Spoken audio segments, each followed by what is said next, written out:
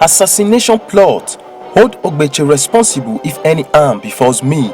Ned Nwoko tells security operatives. As Ned Nwoko on the run. Hello guys, welcome to Pretty Boy Update. And if you're new on this channel, kindly hit that subscribe button and don't forget to turn on the post notification bell. So let's get down to business.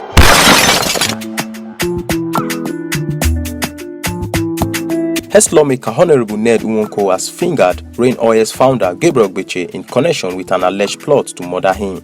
In a press statement released by Nwoko's media office and made available to newsmen, Ogbechie was said to have already been arrested and drilled by the police at the Federal Capital Territory FCT Police Command, Abuja, over the despicable plot to assassinate Prince Ned Nwoko.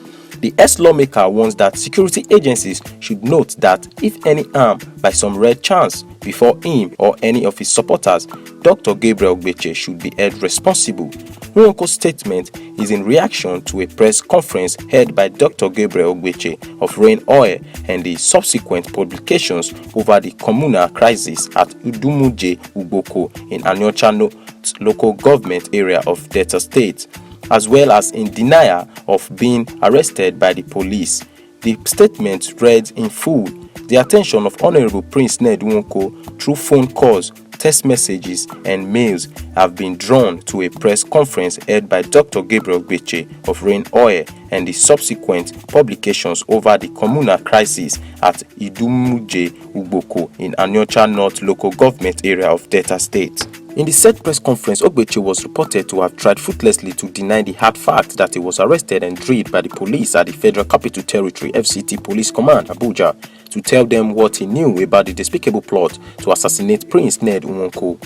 Dr. Ogbechie reportedly told the bewildered media men that he was not arrested, that he was only invited to see a petition written against him, which he perused and left after a few minutes. Ordinarily, Prince Ned Nwoko would not have reacted to this denial by Ogbechie, but for the threat to his life. Also, allusions to Dr. Ogbechie featured prominently in the text messages sent by the prisoner who blew the whistle. It would therefore amount to naivety and lack of caution for Prince Ned to be silent. The text message is here attached.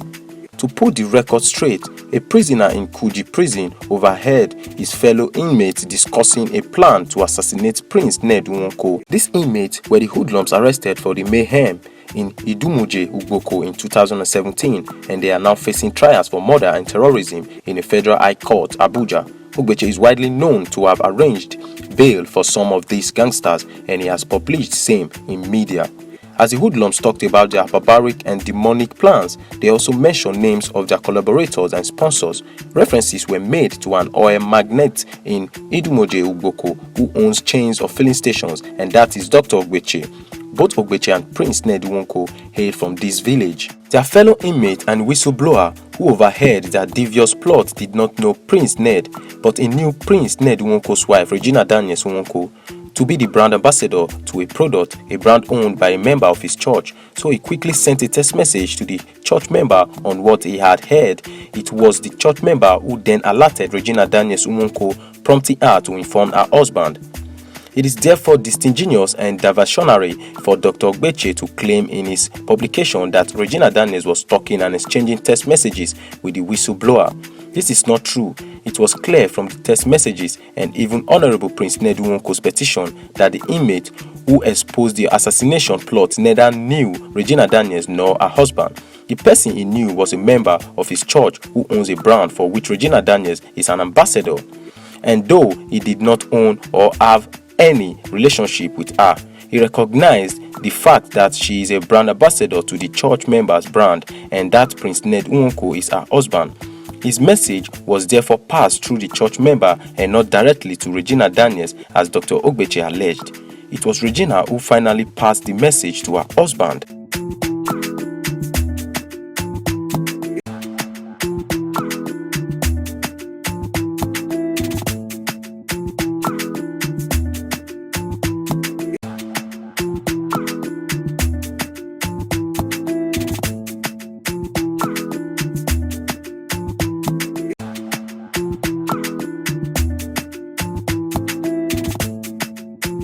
Having alerted the ward and security agents, through a well-publicized open letter to the Inspector General of Police. Honorable Prince Ned then followed with a formal petition. The police then proceeded to formally obtain a warrant of arrest from the court before Dr. Ogbechie was arrested. For the record, Ogbechie was interrogated and spent hours at the police station. It was indeed about 6 o'clock p.m. that his lawyer Ayodeji Ademola stood as surety for him and was granted bail. It is therefore futile and despicable for Ogbechie to deny what is an incontrovertible fact, but we are not surprised by Ogbechie's deniers. On reading the news of his arrest at first, his assistant, prodded by him, denied it flatly.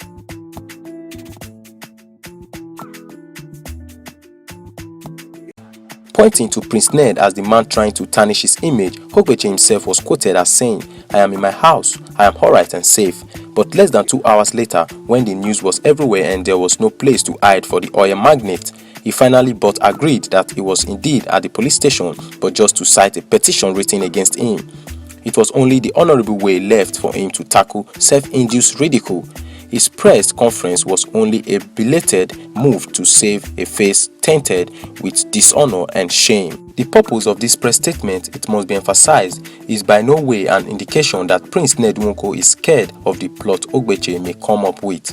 But Ned Nwoko had to make this public statement because he recognizes that this plan is not only directed at him but hundreds of his innocent and vulnerable supporters and the rural dwellers back home at Idumuje-Ugboko who refuse bluntly to follow the likes of Ogbechie and his gang who desperately choose to neglect truth for selfish motives against the well-being of the people. So Prince Ned Nwoko is therefore calling on security agencies to note that if any harm by some rare chance befalls him or any of his supporters, Dr. Gabriel Ogbechie should be held responsible. Thanks for watching as we've come to the end of the news. See you on our next video, and if you found this video informative, kindly hit on the red subscribe button. Don't forget to turn on the post notification bell. Alright, goodbye and God bless you.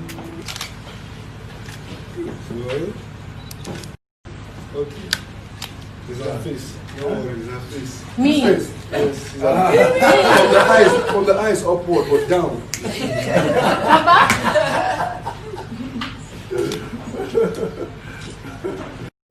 Happy birthday to Pastor Sheol. On a wonderful day like this, I just want to wish you a happy birthday. Thank you for being a wonderful wife to our friend, Pastor Godwin, a wonderful assistant, a great mother to your children. On a day like this, we celebrate you.